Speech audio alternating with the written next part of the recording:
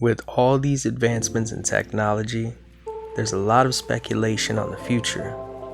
In the news, all you hear is crypto. Adoption is coming. There's over 10,000 cryptocurrencies right now. People, we're living in the crypto bubble. So how can the past tell us what the future will bring? What's up, YouTube fam? This channel is for the average person. I am not a financial advisor. Always do your own research and invest in what makes sense to you. In this video, we're comparing the dot-com bubble to the crypto bubble and ultimately showing you that the majority will fail. Sun Tzu was a war general, but much more than that, he was a strategist. He wrote The Art of War centuries ago, but his lessons are still being applied today. At West Point, they're studying his teachings, but it doesn't only show victory and defeat on the battlefield. Businessmen have been dominating empires, and everyday people are using his philosophy. Why? Because history repeats itself, if you know what to look for. In the late 90s and early 2000s was the rise of the internet companies. Thousands of them went public during the dot-com bubble.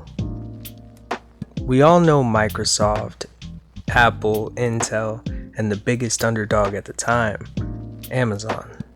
If you would have invested $1,000 when the shares were $18 a piece, you'd be at over $2 million today. Everyone knows the winners, but how many remembers Pets.com and its mascot, the sock puppet? This was a huge company. On its IPO in February 2000, it raised $82.5 million, arguably ahead of its time, with a strategy similar to Bezos and Amazon owning 50% of the company. Pets.com was so popular, it had its own balloon in the Macy's Thanksgiving Day Parade. So why, 9 months later, did it declare bankruptcy? How about eToys? It rose to dominance in 1999, fell to bankruptcy in 2001. The list goes on. For every one company that made it, hundreds failed.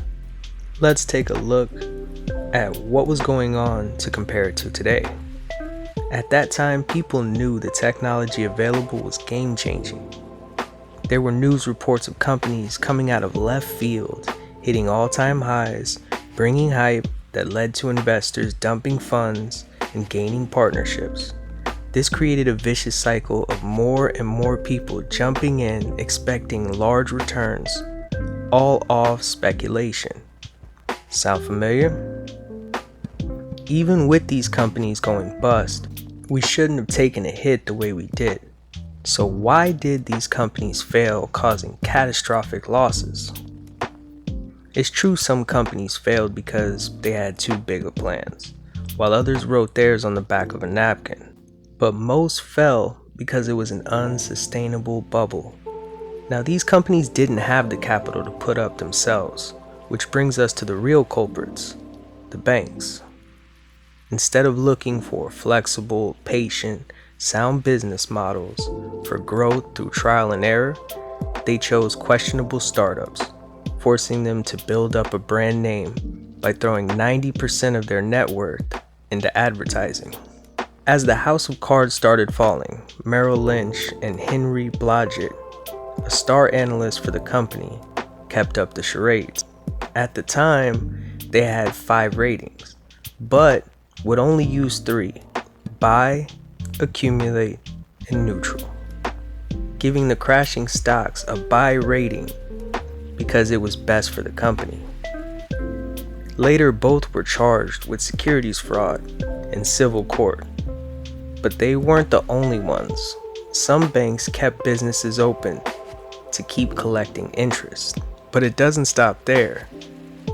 In my first video, I told y'all, we printed more than 20% of our money in existence in 1 year because of the crisis. The Fed coincidentally printed too much money in 1999 to fend off Y2K.